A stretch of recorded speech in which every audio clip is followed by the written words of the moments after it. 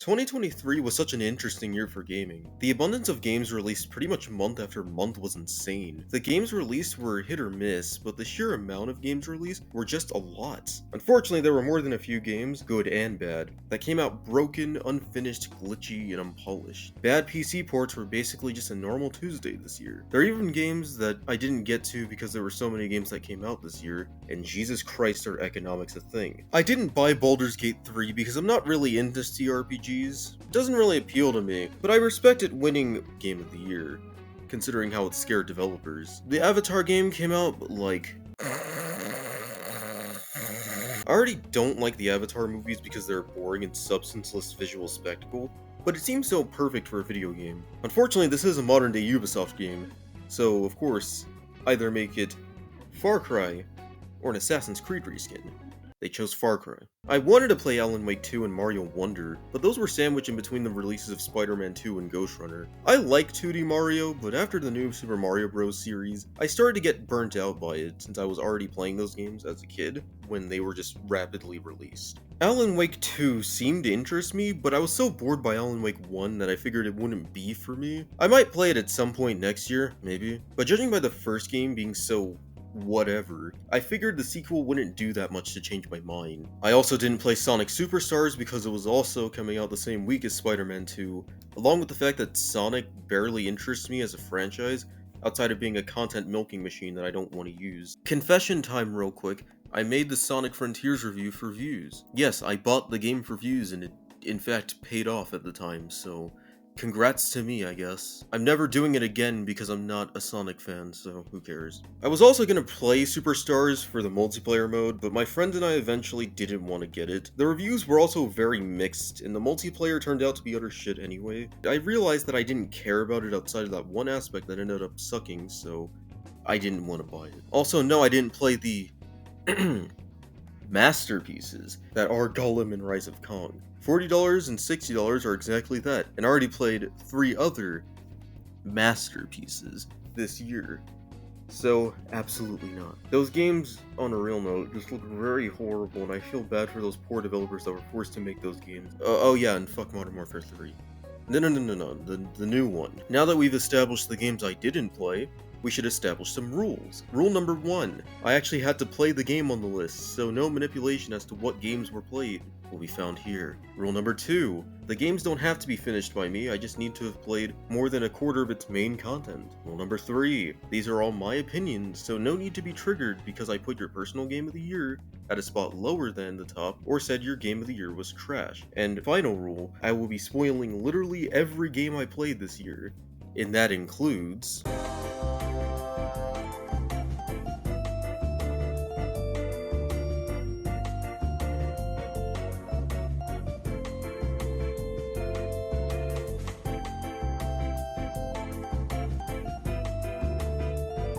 So with that all being said and done, let's get to the bottom tier garbage first. For Halloween!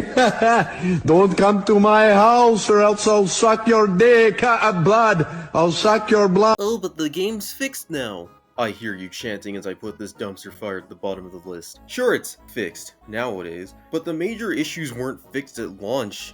And no gameplay or visuals in this game specifically are good enough to save it from being the lowest on this list. This game was a mess of boring gunplay, brain-dead AI, a lazy story with literal slideshow cutscenes, and such hilariously tedious objectives. Even with all the problems fixed, this game is still hollow and boring. The AI might be smarter now, but that fixes jack all of shit when the main goal of shooting vampires is still boring. The second worst part about this game that makes it deserve the lowest rank is the dialogue. These attempts at dialogue and comedy are like Saints Row 2022 levels of just unfunny, awkward, and cringe. I think the actual worst part of this game is how it showed the modern gaming industry's complacency with releasing such broken and boring titles. No 60 FPS on consoles until like 4 to 6 months after its release, the PC version being a poorly optimized mess, the many glitches that make the game seem like it wasn't even tested, and of course, the AI that took 4 to 6 months to fix also. This game is the definition of a launch disaster, but it's also just a boring game in its core. There's nothing that can redeem it. Its gameplay is bland, the story is the only thing not saved with updates, and the visuals look like it should be running on a laptop from 2012 that can barely run an Xbox 360 game. This game is horrendous. I have written and erased this paragraph in my Google Docs so many times because of how bad this game is. Let's just get this out of the way. The game's story is a terrible catastrophe. There is truly nothing that can save this game's story from feeling torturously awful. I blame the MCU for making every main character and anything else an unlikable quip machine. I don't mean unlikable in the sense that other characters dislike the main one, but instead in the sense where I just find the character insufferable. Frey is one of the most annoying main characters in any video game ever. There's nothing redeeming about her from a writing standpoint. Diggish characters can work like Ratchet and Clank 1 or Travis Touchdown in No More Heroes, but Frey barely develops in any substantial way from beginning to end. The worst part is her fucking dialogue. All memes aside, it is actually that insufferable. I cannot be amused by this game's humor when I'm constantly bleeding from my eyes and ears listening to this dialogue and watch these characters bumble around. The actual fantasy element of this game's story and gameplay is also bland and basic fantasy stuff. There's nothing interesting about any of it. I can't properly immerse myself in this world that has such uninteresting characters that come along with it. The one part that could have saved this game was the gameplay, but they screwed that too somehow. The traversal could have been so good, but it's so basic. It felt like a gimped Infamous game. And if that Infamous direction was what they were going for, they should have allotted more time to fleshing out the traversal system. The worst part of gameplay has to be the combat. This combat has a bunch of frustrating, damage-spongy enemies for some reason. Even when I upgrade my abilities and magic, the game still feels like you're just wailing on everyone, and it doesn't allow for creativity either. The magic system could have been done so well, but the spells start to feel the same somehow.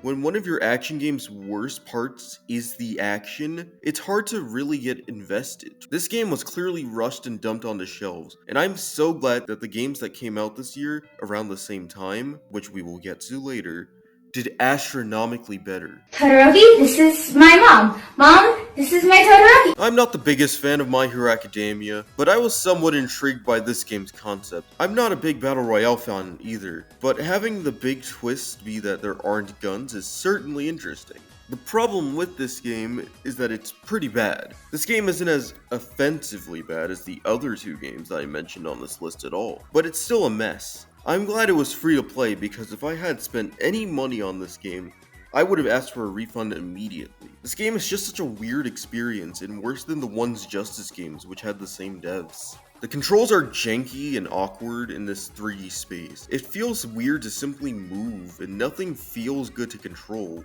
It feels slippery and stiff at the same time. I know it's a contradiction, but the game feels like your character is slipping and sliding, while also feeling weirdly slow and floaty. It also doesn't help that the dodge is mapped to the same button as the jump, which in this case sucks because unlike a 3D arena fighter, you have way more space and movement has to be more precise. Combat is worse somehow and it feels janky and rigid, but also too smooth. This game is just filled with so many mechanical contradictions. It's at least functional, not visually awful, nor is it consistently glitchy, but it's just a bad game.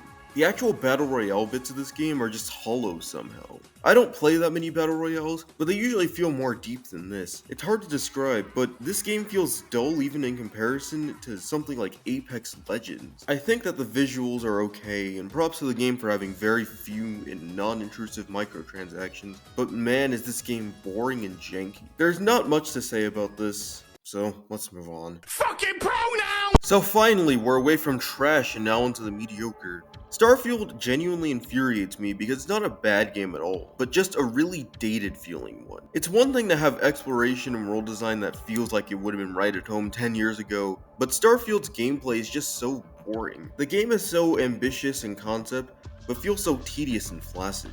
The gameplay is a goddamn snooze fest, because this game's pacing is awful. I played 6 hours of this game and haven't gotten to the good part at all. I know every Bethesda RPG follows a similar formula, but they always had a hook or something to keep me enticed. This game doesn't have that at all. I was not excited for this game before launch, but I did think that it would be somewhat passable as an Xbox exclusive. I guess it was that, but it's more boring than I thought it would be. This game promised so many things that I thought were too good to be true, and I was right. I was right on the money about the game's 1,000 planets, where at most 10 of them actually had an objective, where the rest are boring to explore. This game's definition of exploration is hilarious too. You basically walk around, go to a place with a door, press a button, open the door, then a loading screen happens for literally any place you go. Even getting on your ship has a loading screen, whether you're getting on board or taking off. The bland gameplay bled into the narrative too. The story is so boring and generic as hell. There's nothing special about any of these companion characters, the universe, or anything within this game. Every cutscene or dialogue moment felt boring and so worthy of skipping.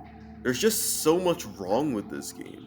Oh, and for a next-gen game, 30 FPS on console, whether the game is too big or not, is still a no-go, and barely reaching 60 FPS on PC is also terrible. The graphics in this game aren't even that good for the game to be running as bad as it does. The game clearly had a lot of effort put in, but the game somehow can't handle any of this for the most part. Starfield is one of those games that makes people cheer when games are said to be longer. People spill their bile over games being 15 hours long, even though a 15-hour long game is way more replayable and digestible than a 40-hour chore.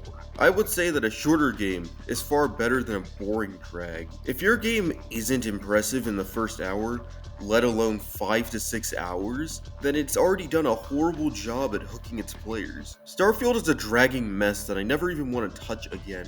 Whether the game gets good in the halfway point or not, I don't care. The worlds are boring, characters' faces inconsistently vary in quality, combat certainly exists, and overall, the game is just a bloated slog.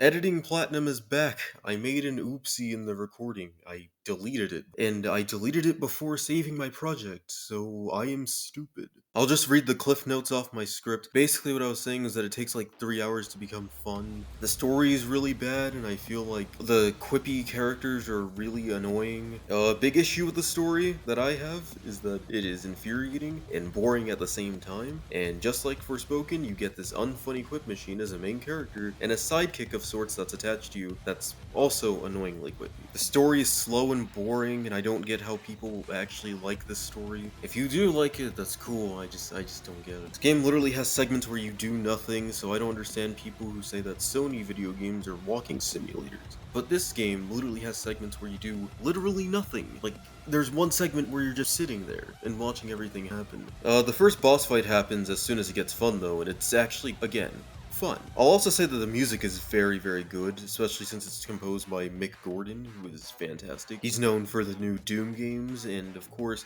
his music is great. Anyway, that's all I have to say. So yeah, back to the conclusion to this segment.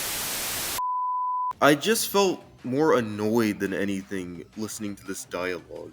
The lore is interesting, I guess, but the story is just very hard to get through, and the basic gameplay fighting normal enemies wasn't even fun enough to make up for it. The fun started as I got into it, but like Starfield, I was so fed up with it that I couldn't even care to continue. What killed the dinosaurs?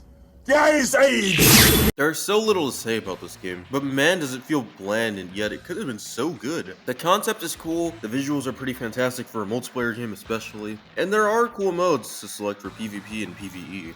My main issue with this game is that it just feels like Capcom making another non-fighting game attempt at a multiplayer game. The game for some reason has a battle pass when it doesn't really need to. Is it me, or do battle passes just complicate the menus for some reason? The battle pass thing just completely turned me off from playing the game, and I didn't even like its story, because it's just so boring. There's so much wrong with this game's weird camera too. It controls like you're using a mouse when you're using a controller. For some reason. It's so overly sensitive that I can barely aim in this game. My aim in many shooters isn't great, but it's worse here because I can't do anything about the overly sensitive camera that can't be fixed no matter what you tweak. It feels like mouse sensitivity. The game does a fair amount right though, like its gameplay and its shooting mechanics, but it never feels like a game I'm willing to put any amount of time into. The servers are more than dead now, so don't even try logging in, unless you get friends that give enough of a damn to play this game with you. This game isn't RE-verse levels of incompetent, but it's still pretty dull. Bro, the villagers dying. What are we doing? Naruto, come on. This game pains me to talk about. My god, is this game lacking. The fundamental Storm gameplay has several improvements, but the content in this game absolutely blows. I will say that the presentation and visuals of the game are great. CyberConnect 2 has very much mastered their craft in terms of creating anime games with art and rendering that's great. I totally get that anime games are just mediocre sludge nowadays, but this one sticks out not just because of its developer, but also because of what series it's in. The Naruto Ultimate Ninja Storm series was always synonymous with quality, since pretty much Storm 2. This game feels like one step forward, two steps back. The combat is a lot better than the last game, and it being geared more towards multiplayer and competitive is fine enough, although not my thing. The bad part about this game is all the single player stuff. There's just so much wrong here on a fundamental level. The history mode is just a bunch of slideshows because this game is a lazy cash grab. Also, fights that should be boss fights aren't, and when that's not the case, they reuse boss fights from the other Storm games. What's just as bad is the mediocre special story mode. It starts off pretty great, but soon becomes so boring. It ends well enough, but man, is the story mode so tedious. I get that multiplayer is a thing, but the Storm series up until this point had focused a lot on single player content, and to see how lazy it is just sucks. There are even missing online features like inviting your friends to play with you. I don't have to explain to you how goddamn stupid that is. Naruto Storm Connections is a bare bones and bland mess that should never be purchased for any reason. Unfortunately, this game has no good content, and I don't even think a patch could fix some of these problems. Say, fellas, did somebody mention the door to darkness? I can't really say that much about this game overall. It started off at $30 before becoming free to play, despite having barely any online content and relying on gacha tactics to keep its players playing. Disney Speedstorm, outside of bad microtransactions, is another game that's a perfect example of why non-Mario Kart kart racers lack so much of an original spark. The gameplay in this is actually fine, maybe even pretty good. There are the usual checklist of kart racing mechanics like hopping, boosting, drifting, etc. But it's nothing special. Oddly enough, this game feels like it takes a lot from that Disney Infinity Toy Box Racing expansion thing. Am I the only one who remembers that? Honestly, the racing mechanics take a lot from Disney Infinity. This gameplay feels like Disney Infinity's Cars, but a bit more fast-paced, which is nice. My issue with this game is all the gacha game elements that destroyed the game's launch. It sucks because considering that the controls are pretty solid compared to some other kart racers, it's scummy for the developers to implement these tactics in a game that was literally $30. Not to mention that this game is targeted towards children, but that will be a recurring theme regarding to another game on this list. Overall, Disney Speedstorm is a fine enough kart racer that's functional enough. The problem is that it has a bunch of gacha elements that hold it back and make it feel way more scummy and overall more corporate. This is a Disney product, and Disney has expressed that they support these kind of practices in the past, so I guess I should have expected less. Disney Speedstorm has good mechanics, just not good business sense. The One Piece! The One Piece is real! This game was actually fairly decent compared to a lot of the non-DBZ anime games that we got in the past 7 years. I wouldn't say I'm the biggest fan of One Piece, but I was fairly interested in this game. I've watched the series halfway through and liked it, but it was so hard to get back into it considering how many episodes it has. One Piece Odyssey is actually a really decent RPG, just not a great one. Its story is pretty endearing and heartfelt despite it feeling fairly inconsequential to the whole series and probably being dubiously canon. The callbacks are fine and not intrusive, and the characters' personalities are intact. Although they have that Persona 5 spin-off problem of being diluted and boiled down to their most basic traits, they still have what makes them unique from one another. My slight issues come more from gameplay being somewhat easy. JRPGs aren't always hard, but this game is so easy in comparison to something like Persona 5 or Final Fantasy 7. I get that the standards aren't exactly high for these anime releases, but I would expect a bit more of a challenge from this game considering everything. I think my biggest issue with this game is that it's too long. I know that for a JRPG, 30 hours is too short, but the game sort of stretches itself thin by the 10-hour mark. There's nothing wrong with a long game conceptually, but this game feels like it's long for the sake of being long, and it doesn't really feel like it's long because it actually wants to add anything important or meaningful. The visual style is also fairly decent and a fine way to transition the series' iconic visuals into 3D without making it look too uncanny. I know this shouldn't be of note, but Jump Force couldn't do that, and I have to reference it because that game is an abomination. Whatever, there isn't much to say about this game. One Piece Odyssey is a competently made anime game that I've played for the past few years, and honestly the best anime game that that I played this year. Grazie for the nomination. I had no idea I was so famous outside Italia. So, Assassin's Creed Mirage is definitely a game that I did indeed play this year.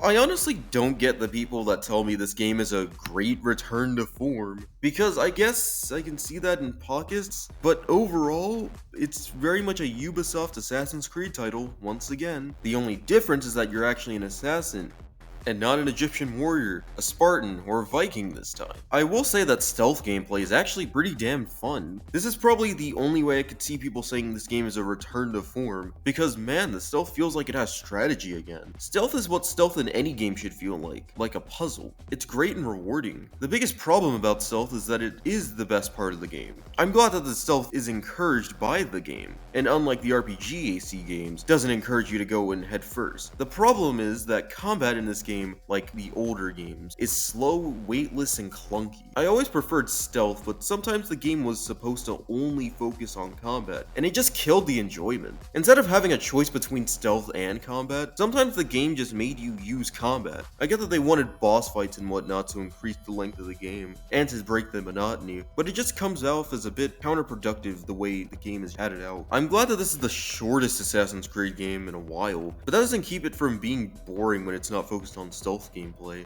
I think one of the most damning parts of the gameplay is traversal. The traversal here makes you remember that this was originally planned as a DLC for Valhalla, but the game got so massive that it became a full game. The problem with traversal is how your movement is slow and brute-like. Basim shouldn't be running like this, considering that this game is supposed to be going back to its roots. He runs more like Eivor. What puts extra salt in the wound is that Baghdad was so well designed for traversal, but not the type in this game. If the traversal was like the older games, or hell, even like Unity, it would have been miles better. Traversal and parkour just feel so sluggish compared to what it's supposed to be paying homage to. The story in this is just another Ubisoft snore, but it's shorter this time around, so it's better than Origins, Odyssey, and Valhalla. Those games were overstuffed messes that pretty much were the epitome of everything wrong with Ubisoft's design philosophy of creating bloated open world games with boring stories and nothing to do with them. Even the voice acting seems really dull in this one. It's really nothing to write home about at all, which kinda describes this game overall.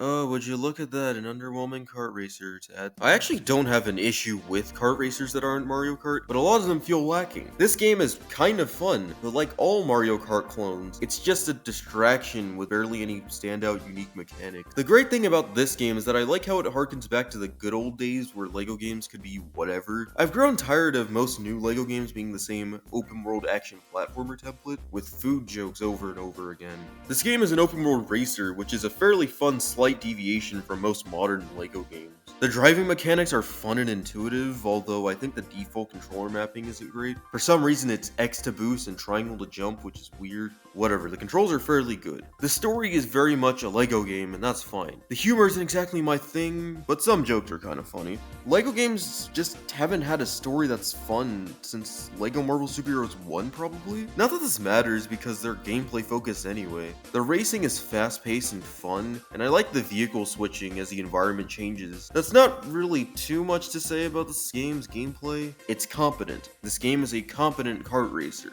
The worst part about the game is that there are microtransactions. This game is for literal children, yet there are intrusive microtransactions that make the game feel more scummy than anything. I guess this is what happens when you let 2K publish your LEGO game. Doesn't change this from feeling shady, considering that this game targets an audience under the age of 12. Overall, LEGO 2K Drive is an okay kart racer. There's nothing special about it, and it's not a bad game at all. It's not too much more than a distraction for your kids. But it's also one of the worst games you can let your kid play because of all the shady microtransactions. I'd suggest if you buy this for your child, just stick with the offline content. Blimey, mates. Don't have feelings of anger towards me because I'm more of a dazzling fellow. However, if you dispose of thine devious haircuts, you will acquire more female attraction toward thine genital area. Alas, maybe Tanisha will negotiate with you instead of that medical practitioner or lawyer she is having sexual interactions towards. Acquaintance? Hogwarts was a good immersive sim for a month, but it did get a little bit tiring after a while. The atmosphere is perfect. Hogwarts feels somewhat lived in and fun to explore when the game actually lets you. The Harry Potter fantasy is decently fulfilled in this game. The story is okay, I guess. There's nothing too wrong with it, but it feels generic. But the most fun I had in seeing the story was the first cutscene and choosing my class. There's just not much of a hook because it just feels kind of boring. My biggest issue with the game from a quality perspective is in its combat. Combat is just mashing trigger and a few spells. The combat doesn't really feel fleshed out and the enemy variety is fairly lacking. I get that the game is more about the wizarding experience, but the combat is part of that and it feels boring. I will say that there are plenty of things to like about this world. Flying a broom will never not be fun. Hogwarts Legacy feels like an immersive sim that wasn't fleshed out enough. The game itself is competent, but could have been far better.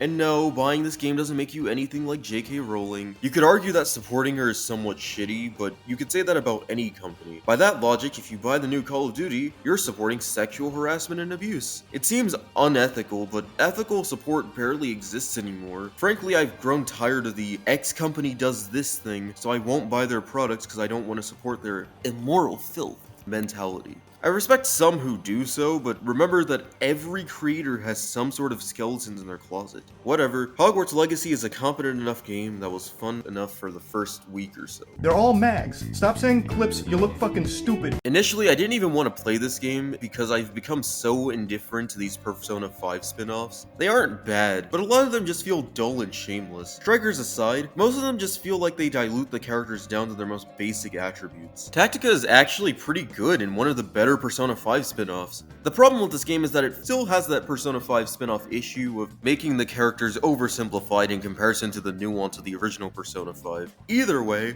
the story in this game is actually okay. I think the new characters introduced, like Arena, are the best characters in the game, and I'm glad that they got the most focus. I would say that the old cast got shafted, but I think they've gone through enough development throughout the series. Honestly, the story is not much to write home about, because it definitely feels like a Persona 5 spin-off story. It's a good Persona 5 spin-off story, but it feels like it had little impact on the larger universe and didn't do too much unique. The unique part is for the gameplay. The gameplay here is actually really fun. I don't have much against it at all, because it's great. I'm not into the XCOM / Mario and Rabbids combat style, but it's really fun here. I think it starts off pretty easy, but eventually becomes really intense later on.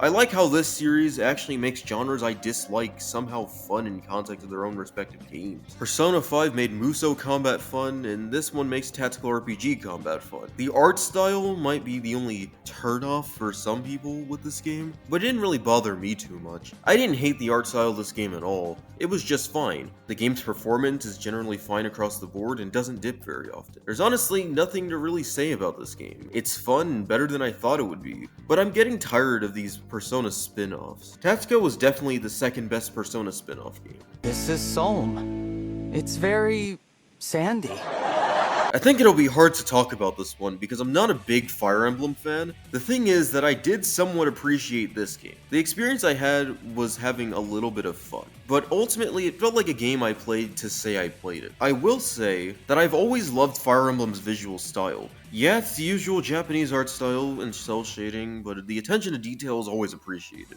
I really like these designs for the characters. Anyway, I'm not that into turn-based RPGs, but I'll make exceptions like Final Fantasy 7 and 10 and Persona 4 and 5. I guess Fire Emblem Engage is also an exception. It's not the absolute deepest combat system, but fun enough. I have literally nothing to say about this game because I got this game as a gift from a friend. I'll just say that this game is probably better than Honkai Star Rail.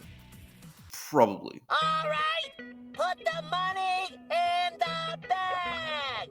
Put it in! This game was really dealt a bad hand by its developers. Payday 3 is so fun and would have been so high on the list if it wasn't another online-only disaster. It sucks because the gameplay is so good. There was clearly a lot of creativity and passion put into the game, but the corporate decisions ruined it. I love causing absolute mayhem in this game, like the previous two, but this game is held back so badly because of this online-only crap. I think this game is frankly more fun than Payday 2 was. Every part of the game's gameplay, presentation, and even story is great. The biggest issue with it is that the business decisions completely destroyed any goodwill I had with this game. There's literally nothing fundamentally wrong with the gameplay. Wreaking havoc is fun as hell, as it should be. I just wish that the game had more actual passion behind its business decisions, but that's just not the reality we live in. I've had so much fun playing this game solo, yet the business decisions loom over this game like a dark cloud. I really wish I could put this game higher, but unfortunately the corporate parts of this game aren't easy to look past. Wake the fuck up, samurai. So I guess this is the first remake on this list. I really appreciate the fact that a Yakuza game that was only released in Japan in 2014 actually came to the West. It's great to have finally played it. The visuals are appropriately updated for the PS5 and Xbox Series consoles. I appreciate how smoothly the game runs, which shouldn't be an achievement with this being a cross-gen game at all. Sometimes textures look a bit muddy, but it was a cross-gen title when it was released for the 7th and 8th gen consoles back in 2014, so I'll let it slide. I guess the graphics don't matter as much as the gameplay in this game. The general combat definitely feels like Yakuza with a sword. You don't even get the sword until you're like 30 minutes into the game, so that's something. Either way, combat is good as usual. But it honestly could have been so much better. I feel like my issue with Yakuza combat sometimes, and this may just be a skill issue on my part, but the dodging isn't always very precise sometimes. Not that it matters because general offense feels really good, but I think that the defense could always be improved to be much smoother in these games. I think my favorite of the main stances in this game is the Wild Dancer one, where you just have your gun and katana and go crazy with it. It also has the best defense in the game, so do with that what you will. I will say something that Yakuza games often struggle with is enemy variety. I get that the series is more realistic, but the enemies never really encourage you to change strategies. Either way, combat feels great. The story in this game is pretty engaging, but I would say the side stories are less interesting. I don't mind Yakuza's side stories. In fact, they're actually really good. My biggest issue is that some of them are kind of boring. Although, I do think that some are a bright spot. The main story is fairly fun, and while some characters are uninteresting, the story is good. I would say an issue with Yakuza's stories is that the cutscenes are too long. The thing is, I don't mind it if the cutscenes properly progress the story and are entertaining. My problem with this game is that sometimes the cutscenes aren't very engaging, but that's fine since a lot of them are pretty good anyway at progressing the story. Like a Dragon Ishin at the end of the day is a solid game. It definitely wasn't perfect, and some design choices show their age considering when this came out in Japan, but considering this is a remake of a game from 2014, I'll let it slide a bit. I'm glad that this game finally got a worldwide release of some sort. What in the actual fuck? Mortal Kombat 1 is a fairly solid game, but I would say I like 9 and 11 far more than this. I have liked the recent Mortal Kombat games, despite their convoluted plots. Even with the plots being awful, they're at least entertaining. And this game definitely delivers on that front for the most part. The story in this game is at least engaging and somewhat funny. Now, it definitely does have that self-aggrandizing, edgy 13-year-old script writing, but it's at least fun and enjoyable. Obviously, since this game is a reboot, it's accessible, even if you didn't play the other 3 NetherRealm Studios Mortal Kombat games. The story of 1 is fine overall, even if it's a completely fucked mess when you break it down. There's not really too much to complain about until the climax where they start introducing the multiverse. I'm not completely against the multiverse on principle, but I can't stand the overuse of this concept. Literally so much media since Rick and Morty and Into the Spider-Verse have encouraged studios to drive this concept into the ground. I wouldn't even say it uses it well like the Spider-Verse movies. It just sucks. It literally exists to bring in more fights, which basically equals to padding within the game. There's nothing about this concept that is used very well in this game. I can conclude that the multiverse has basically ruined media through sheer overexposure. There are obviously other issues, like a certain voice actress. I'm just gonna come out and say it. Megan Fox is a fucking terrible voice actress. Something about her performance seems like she's trying to do a shitty impression right before bursting into laughter while recording. I have no idea what Ed Boon or any other NetherRealm executives were thinking to let this happen. This acting just completely goes against any principle of good voice acting. It always sounds like she's about to break character at the end of her sentences, as if she knows she's done recording this nonsense. Must have been a great paycheck, huh? Anyway, the gameplay is good too in this game. If you've played 11, the basic combat is pretty similar, but there's the new cameo mechanic. I'd compare it less to something like Marvel vs. Capcom and more like Naruto Ultimate Ninja Storm 1, because you can't switch characters. If anything, it's probably more like Marvel vs. Capcom 1 if you really want to compare the two. General gameplay is good and has very few issues. The servers are fine and don't frequently disconnect, but maybe my Wi-Fi is just that good. Oh, and remember from here on out, if you're a first-time viewer of this channel, I suck at fighting games and can't combo for shit anymore. Back in middle school I could, but now I'm older and I have even less time to get good. Whatever, Mortal Kombat 1 is a solid game in my opinion. Besides a few blemishes, it's a good game with a story that's mostly enjoyable, and gameplay that's pretty good. There's nothing too bad about it, besides the Switch port obviously, but we already knew that that would be absolutely horrid. I'm wearing ladies' underwear. Despite Elden Ring being my number 2 game for last year's list, I'm not exactly a Souls connoisseur. I like the games, but I never really thought they hit that sweet spot in terms of combat. The only Souls-like I'd actually told is masterful besides Elden Ring is probably Sekiro. A lot of my favorite Souls-like games are usually my favorites for reasons outside of just being Souls-likes, which we'll get to later on this list, obviously. All I can say that Lies of P was really great, and probably one of my favorite non-FromSoft Souls-like. The atmosphere within the game is perfect, and has that grim dark fairy tale aesthetic that's perfect. Every location has an insane amount of polish and detail. I love that. The gameplay is almost perfect and has something that felt missing from a bunch of Souls-like besides Sekiro, Nioh, and the Star Wars Jedi games. There's a lot more impact and power felt from your swings than it does in most Souls-likes. It doesn't need to feel like a power fantasy, but so many Souls-likes have the characters attacking as if they don't know how to fight. Not that it matters, because boss fights are great in this game. Some suck, but most are fair, and what I want from Souls bosses, fairness. The bosses aren't exactly overly difficult or unfair, they're just fun to fight against. Even the first boss was pretty challenging, but all of my mistakes were because I was stupid and made the wrong decision. They're so much fun to fight against that once I actually beat them, I felt like I was going into a flow state. The game feels more rewarding, and I like it rewarding you for mastering its systems rather than unfairly punishing you. My biggest problem with the gameplay is the parry system. This thing has so much delay for no reason at all. It's not finicky because it requires accurate timing, it's finicky because it has this weird delay that makes it so that you literally have to be a god to get the timing right. It made bosses pretty frustrating because of how weird the timing is. Also, the story is really not much to write home about. These games aren't exactly focused on story anyway, but I would say that the environmental storytelling and aesthetics more than anything are better than the story actually being told. It was pretty predictable that Geppetto would be the villain, but I wouldn't even say that it was remotely interesting when it happened. The story doesn't exactly matter, but it is something to bring up. Overall, this game is good, and I highly recommend the game to anyone who's a fan of Souls. Even if you're not into Souls-like, you can still appreciate the atmosphere. Well, excuse me, princess. I know. It's absolute blasphemy that this game isn't number 1 on the list, or even number 2.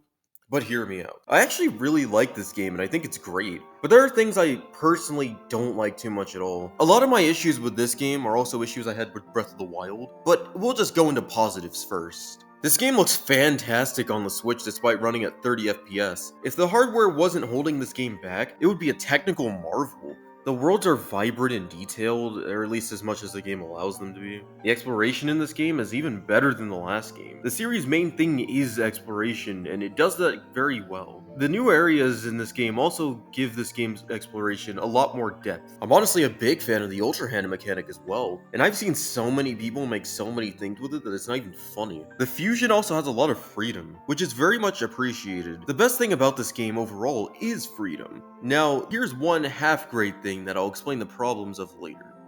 Combat. I think ranged combat is far better than melee combat. The ranged combat is simply far more fun than melee combat because of how much more impactful your hits feel when firing a bow versus just hitting someone else. Oh, and the final boss is actually really good in this game, but not exactly for any deep reasons. It has an insane amount of spectacle, and the combat was pretty much at its best here. Now we can get on to why this game isn't my number 1. First problem, the weapon durability system is back from Breath of the Wild. My issue with weapon durability is that it basically exists in compensation for how simplistic melee combat is. I get that some say that it works for challenging the player, or that it would be, quote, more realistic. First off, why would it matter if the video game had a realistic mechanic that made it more frustrating? Second, it doesn't do that much to make combat better, it just makes it infuriating when your weapon breaks. Besides, good combat systems are usually about the variety of attacks and weapons that you can switch on the fly. You can already do that in this game. The weapons breaking just makes combat more of a nuisance, as you end up spontaneously losing one of your core items. I get that some like this system, but I don't think it works at all. It's weird because despite combat being very shallow in these games, it totally had some level of combo potential. One might say that the games were never really about combat, but I think that if you put boss fights in a game where a fair amount of your items are weapons, it matters just a little bit at least. The final boss aside, the bosses in this game were easy. They often take way too much damage, and their attacks are too predictable and slow. The final boss is the exception to this, as he has basically none of these issues and is generally exciting. But most of the boss fights are standard Splatfests. And I know it may not sound like a great idea since this is for kids, but I think bosses would have been better in this series if it went just a nudge in the Souls-like direction, instead of the open world survival RPG-esque thing. I'm not saying it needs to be Souls, but these bosses should be harder with this simplistic combat. The best way to increase tension within combat isn't nerfing the player or removing their tools, but buffing the enemies to some degree. Don't make them damage sponges, obviously, but at the same time, don't make them take so much damage that me just waving my weapon side to side like a feather duster is effective. I know I dogged on this game a lot more than even some games lower on this list, but I really do like this game. I think this game is great and a heavy hitter from 2023, but I think we need to be more open towards criticizing this series, especially as players of these games. Tears of the Kingdom may not be a 10 out of 10 masterpiece in my book, but it's a really damned good game. Ghost Runner 1 was initially a game I liked, but felt it could be improved. It was fun, but wasn't too special to me. Ghost Runner 2 is better than the first game in pretty much every way. The gameplay is a great step up from the first game, the fleshing out of things like the parrying system, and in terms of level design and gameplay, this game is a perfect sequel to Ghost Runner. The Tough as Nails combat is even more difficult this time around, and I'm here for it. On the surface, it's more of the same, but when you actually play it, it's so fun.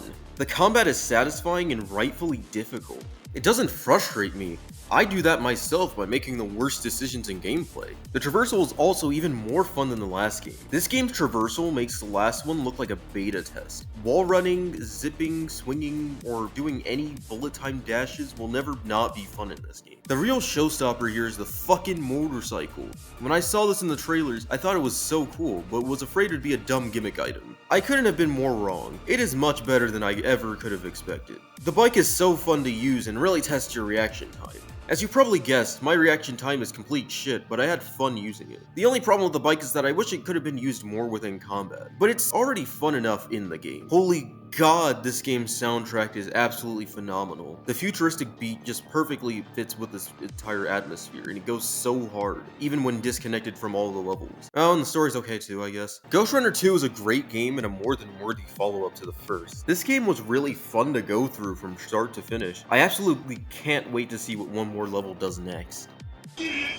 I guess we finally have an original Yakuza game on this list. I know a lot of people don't like this game all that much because it's shorter, but I think that it really makes it refreshing. A shorter Yakuza game is always welcome in my opinion, as I don't have too much time on my hands already. This game focuses on how Kiryu actually faked his death, which is fairly interesting. I guess it does lessen Yakuza 6, but considering how the series was still going, I think it was fine enough to bring him back in a spin-off game, especially with how fun this one is. He's a spy now and he has new gadgets, and yes, I was wrong about the potential of the series introducing magic and him coming back to life. This series was already crazy enough to do that anyway, so whatever. The story in this game is actually pretty fun and engaging, and a decent excuse to screw around in this universe's Kiryu again. Anyway, the combat in this game is pretty great right off the bat. As you unlock more stances, it gets even crazier as you're dancing in the streets with these crazy ass moves. Yakuza's ludonarrative dissonance was always crazy. Boss fights are fairly fun and challenging, but I forgot to mention that the lock-on mechanic in Yakuza games was already pretty finicky. Lock-on isn't really a lock-on, but rather you have to press the bumper button to get it working. The main issue is that it's hard to be accurate when the lock-on is like this, because it doesn't even have an outline on the enemies to indicate which ones you're locking onto.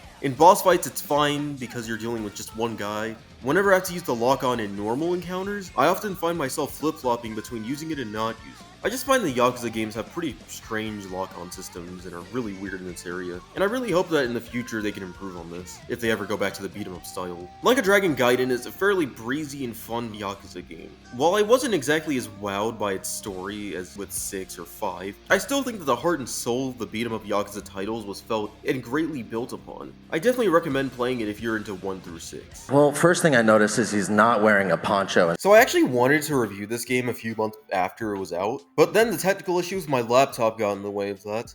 Anyway, Jedi Survivor is another perfect sequel on this list. This game takes the best parts of Jedi Fallen Order and expands on them in ways that I think are very welcome. Combat is considerably better than the last one, which was expected. The new stances add a lot more variety and strategy to taking down enemies because of their different stats. Some stances allow for speed, others may allow for strength, and some will allow for more defense. Force abilities are streamlined and have new properties too. When you use your lightsabers in tandem with the Force moves, it genuinely feels like a fluid dance, maneuvering your way across combat encounters in a slick, stylish manner. Despite the simple combos with this being a Souls-like, the combat has a lot of depth and I can feel it being pushed further and further in a potential third game. Even stuff like traversal and platforming received a major improvement. They did a lot of stuff for gameplay to pretty much get rid of most of the jank of the original. Now, the thing that puts this game lower on this list than I really wanted it to be are all the technical issues at launch. It sucks because without the technical issues, the game looks great, but for some reason, this next generation game was running below 720p on my PS5 at launch. I have an issue with this because, again, it's a next generation game on PS5 running at a PS3 resolution. Constantly, the frame rate would dip into the 30s in performance mode, and the most stable mode on console was 30 FPS. And even that sucked. This combat-focused game having such performance issues was absolutely abysmal because I would still pretty much die because of the low FPS rather than my actual skill. To make things even worse, cutscenes don't even run at 60 FPS anymore on console. Initially I thought they were pre-rendered videos, but no, they're actually in-game graphics. I found that out in the first mission when I paused and saw that performance mode was turned off. What the hell? Every time I didn't want to look at some slideshow for a cutscene, I would turn on performance mode by pausing the game when the cutscene started, then having to go to the video settings before every cutscene just to have it run at a somewhat stable frame rate. Even then it still ran like hell, but considering the higher frame count, going from 60 to 40 was more bearable than going from 30 to like 15. It sucks that they didn't even bother fixing it, and now we're just stuck at 30 FPS on console. I guess it's a fixed 30 now, but no 60 FPS option? The PC version of this game was even worse somehow. It was able to run the cutscenes on 60 FPS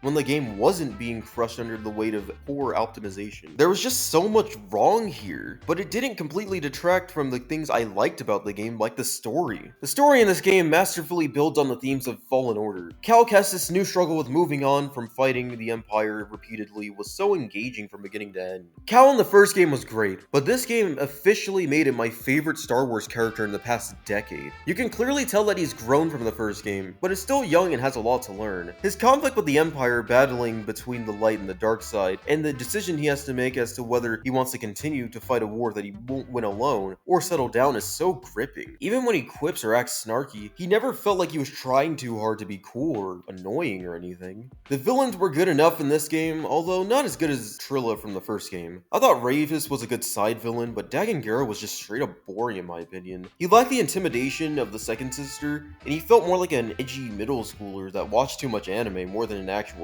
threat. I must return to Tanalor. That wretched Waterloo ruled the day they betrayed me and forsook Tanalor. The tuner is mine! The droid is mine! Tanalor is mine! Tanalor! However, Dagan is pretty much dealt with 2/3 into the game. I initially remember playing the scene where they had defeated Dagan, and it felt like something wasn't right. But then, Bode happened, and I really liked that twist. Some say it was a little predictable, and while in hindsight and on repeat playthroughs, it absolutely has several hints, but it's so effective because of the signs being somewhat subtle. He doesn't just become a villain out of nowhere, he's actually built from the start. The best part was when Darth Vader showed up, which I forgot to talk about him in the last game, but that's more than fine. And here it's appropriate because it's not just stupid fan service, because it works in killing off Seer, another great character from the first game improved in this one. Vader's boss fight works so well from both a gameplay and narrative standpoint. It's cool that you're fighting Vader in a video game, which hasn't been a thing in 13 years at this point, but it thematically fits so well too. I could honestly go on and on about how good this game's narrative is all day, but this is a ranking video, not a review. I hate to be that guy, but man was this game so robbed of the best narrative nomination. But to be fair, this is the same show that allowed Last of Us 2 to win Game of the Year, despite Ghost of Tsushima and Doom Eternal being better games. Whatever. Go play this game if you're a Star Wars fan. It's an excellent story and the best Star Wars story we've had in years. Boom, divorced.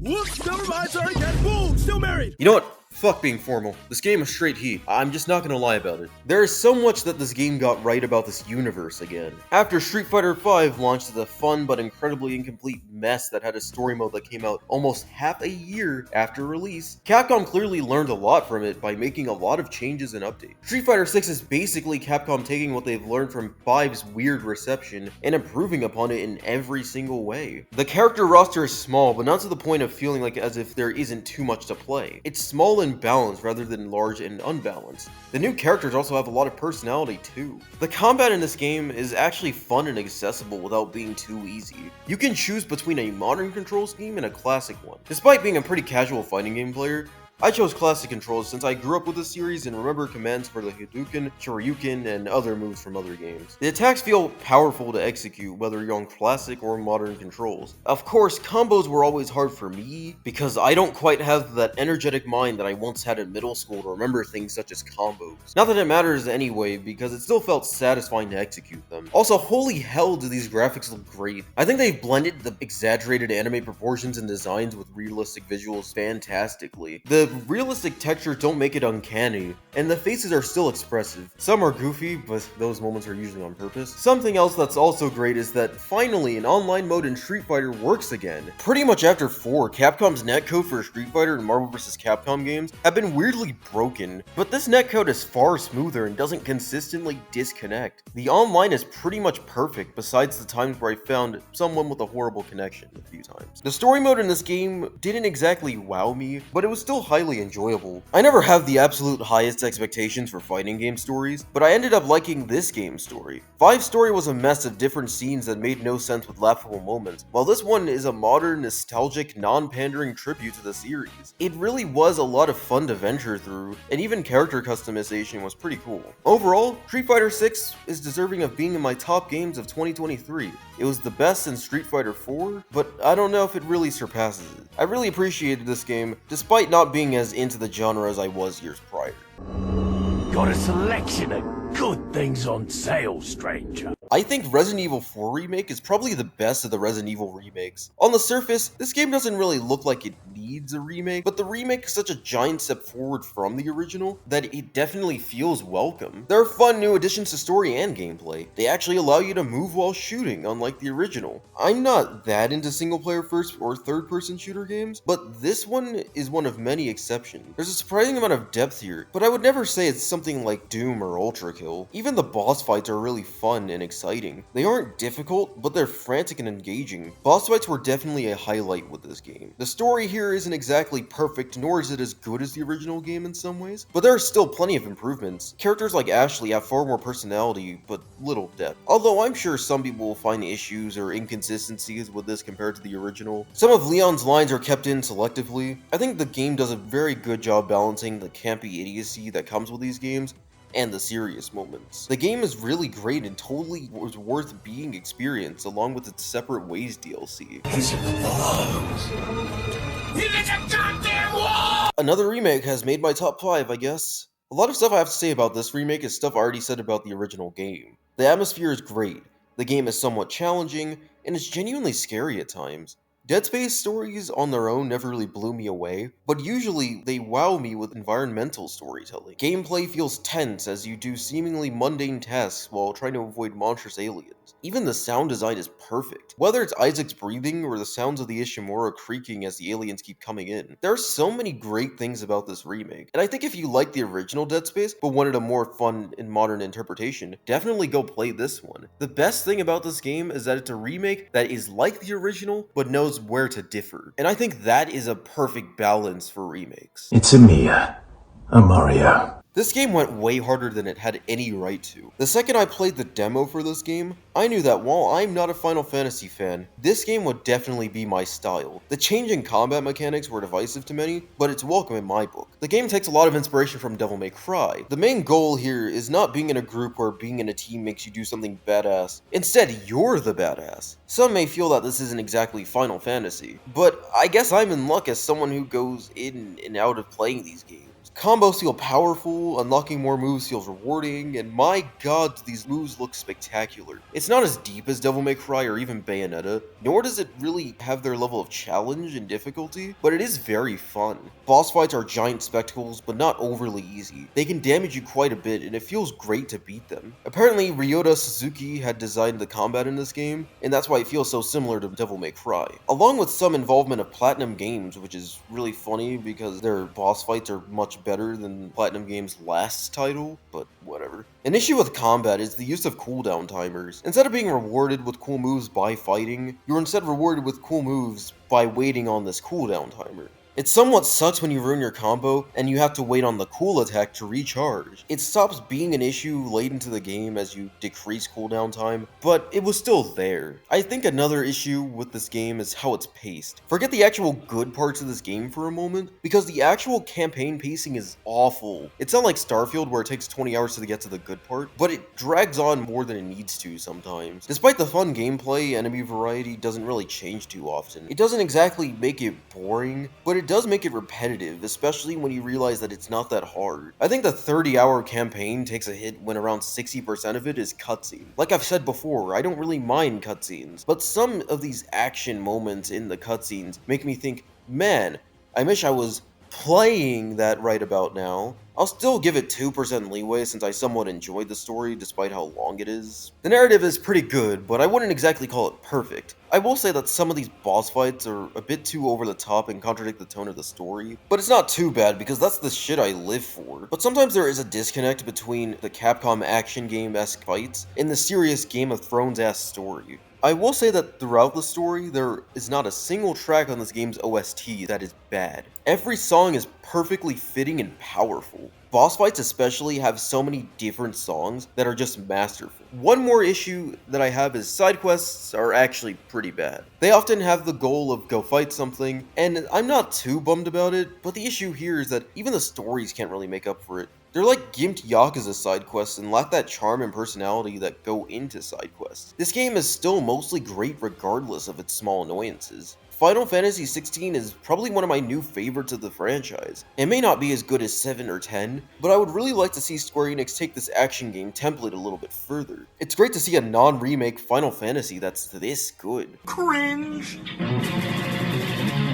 I'm sure people who've watched this channel before, which is probably like no people, have probably seen what I think of Hi-Fi Rush, but man is this game excellent. This game just completely oozes with so much personality and charm. The fact that this game didn't have some 2 to 5 year hype period before release and was just announced and released and did as well as it did in terms of general quality and financially is an achievement within itself. The gameplay is an innovative iteration on the hack and slash genre. It takes some ideas from franchises like Devil May Cry or Metal Gear Rising, but it creates the musical twist that could have been so easy to screw up, but it works so well here. The goal in combat is to sync your attack to the beat. Despite the concept, the game doesn't punish you if you don't sync your attack to the beat, but you won't get the flashy attack or the big style ranking at the end if you don't sync. This game has very creative combat. You only need to sync your attack to the beat of the background track if you want a high ranking, which allows newcomers and casuals to get a hang of the style of combat. Enemies are varied enough from each other to not feel repetitive. Enemies require different attacks, and at times it really keeps me thinking about how I should dispatch them. You do all this while trying to synchronize your attack to the beat and defend yourself. It's so consistently frenetic with its gameplay. Boss fights are very exciting too, although the camera screws itself because of the lack of a lock-on, but it's fine.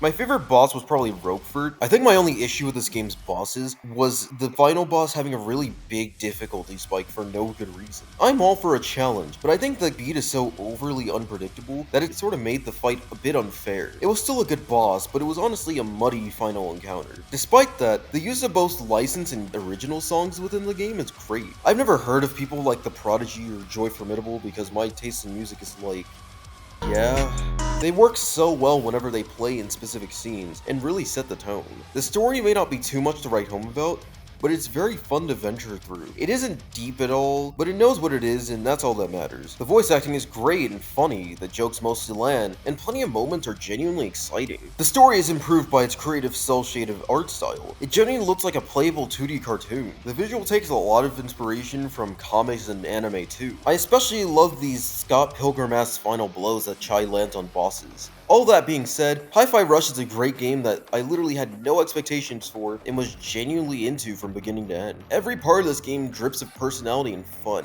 and I really hope that this game has some sort of follow-up. I think the game is perfectly recommended to anyone that likes the hack and slash genre. Even some who aren't interested in it can totally enjoy it. I definitely don't want to miss out on 19 Inches of Venom, you know. I know this will probably make some people angry because I'm putting this woke Sony garbage at number 1. How dare I like a video game from a corporation that has a select group of people I don't like, or something. Shitty jokes aside, I love this game from start to finish. The swinging and traversal was majorly improved upon. Faster speeds along with new skills make it feel less like a smooth mandatory transportation, but something I wanted to be somewhat good at. I especially like the web wings and how much of a compliment they are to swinging. Combat is improved, especially once you get the symbiote. You feel appropriately powerful, and enemy variety is just as good. Just like swinging, they added far more to combat this time around. You can even do honest-to-god combos this time. Stealth took a hit, but general combat is pretty great. The story isn't as good as the first games, but it still has the heart of the entire series. The characters were worth caring about, and the stakes were high.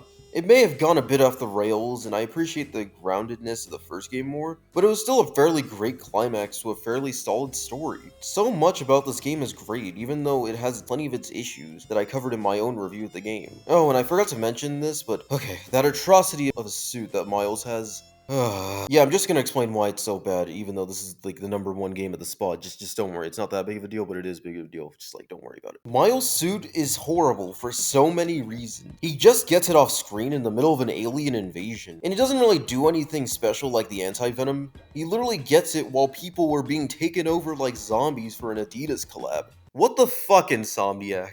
Okay, anyway, besides that, the game has plenty of highs, like boss fights that are genuinely mechanically good. They still aren't the absolute most complex, but they're fun and challenging. The worst boss was always still good. I was honestly so scared that the Venom fight wouldn't be good, but despite the missed opportunity to make Peter and Miles work together in the final phase, it was still really great. Narratively, the game wasn't as good, but was just as, if not more, enjoyable than the first game. Almost everything about this game is improved in terms of gameplay, and I can't wait to see what Insomniac does next. I know some are confused as to why I put Spider-Man 2 at number 1, when I had like 2 to 3 other games I would call a perfect sequel. Yet, I don't even think Spider-Man 2 is a perfect sequel, and it's not my number 1. I have to make it very clear that a perfect sequel is not a perfect game, and honestly, none of these games are really perfect games at all. This game and those other sequels aren't perfect games either, but I put this at number 1 because I had the most fun with this game of all the games I had played in 2023. And that's what matters most, because video games are supposed to be fun. If they're not fun, they're just a chore. I'd rather play a video game than a video chore. I know I shouldn't need to explain this, but a stupid awards show shouldn't need to validate anyone's opinions. I could say that personally, I wanted Spider-Man 2 to win Best Voice Acting, but the reality is, apparently people liked Baldur's Gate 3's voice acting, even if I thought another game's voice acting was better. Whether a game wins an award or not shouldn't matter if the game is just good anyway. Honestly, the Game Awards don't matter because these awards always pick something that people don't like. The Oscars are known for that all the time. Sometimes it's flip-floppy, whether they care about what products are actually well received versus whatever company they're filleting behind the scenes. But as long as you enjoy, or don't enjoy, the products, that's all that matters. I'm glad that I'm finally done with this, because as much fun as this journey of playing games of varying quality was for this list, I'll admit it's not something I want to do every year, especially considering how great this year has been for games. I'm glad I was able to talk about this while breaking boundaries for my channels. Now that we've gotten that stupid conclusive shit out of the way, now time to turn this over to my friends who played other games that I didn't. Spoilers for Xenoblade Chronicles 3 Future Redeemed in this segment. In April of 2023, we got the last wave of DLC for Xenoblade Chronicles 3 called Future Redeemed, where we go through the journey of Matthew and his companion A few decades before the events of base game of Xenoblade Chronicles 3. Xenoblade Chronicles 3 is already my favorite game of 2023, and I'd say that Future Redeemed cemented that for me.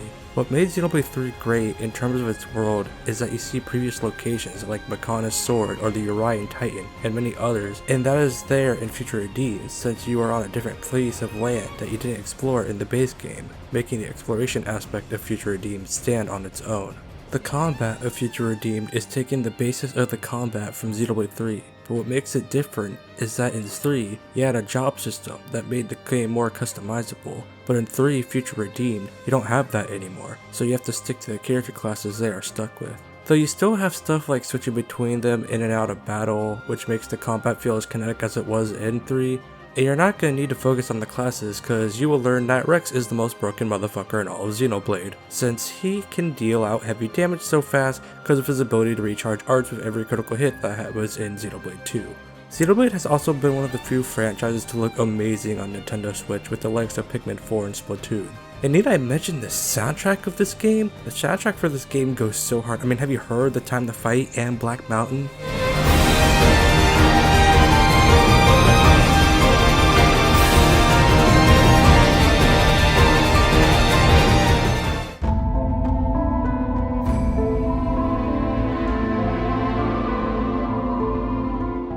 God, these soundtracks are kino as fuck. Xenoblade 3 Future Redeemed is not my #1 Game of the Year, and it's not my favorite Xenoblade expansion story, but it is a runner-up for Game of the Year, and I still love it to death, and I hope this segment explains why.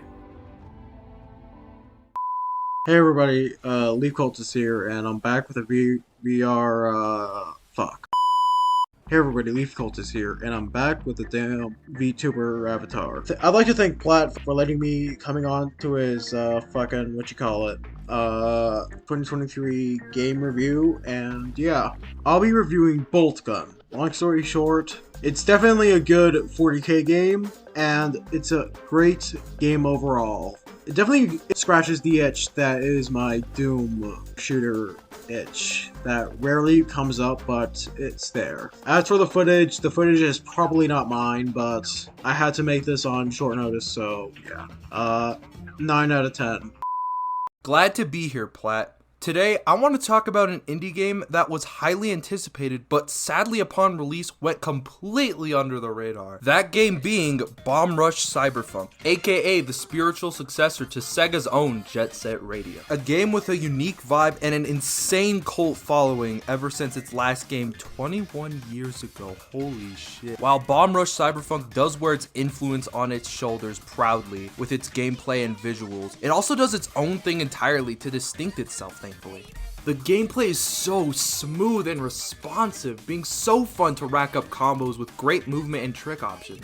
Not to mention the hitboxes are also relaxing and great to be able to land on specific platforms when falling with ease. This is amplified by the amazing level design, which feels so exploratory with all its different areas you can find and tag with some badass graffiti. The graphics are eye-popping and a great nostalgic use of cel shading. Shockingly, this game has a really interesting story about identity and living up to your roots. While it's not the most amazing, I don't know, the mystery kept me compelled and the direction makes perfect sense since this is a spiritual follow-up to a game that hasn't seen the light of day in decades. As for my problems with the game, the combat is very simple, but it gets the job done and thankfully isn't the main appeal of the game, but hey, it works on the dope boss fights, so that's cool. Also, there's a lot of unlockables that require very specific requirements in RNG and honestly feels so stressful and annoying to complete at times. But those are really my only problems. Now, before I leave, I gotta talk about my favorite part of the game, the music. The music! Probably the best and most consistent compilation soundtrack I've ever heard. Anyways, amazing 8.5 out of 10 game. Please go play it. And thanks for having me on, Platt. Back to you. I would like to thank the Leaf Cultist, Mr. X Bukowski, and AvatarAidan for taking the time to consider their opinions on stuff they play that I didn't. Happy New Year, I guess.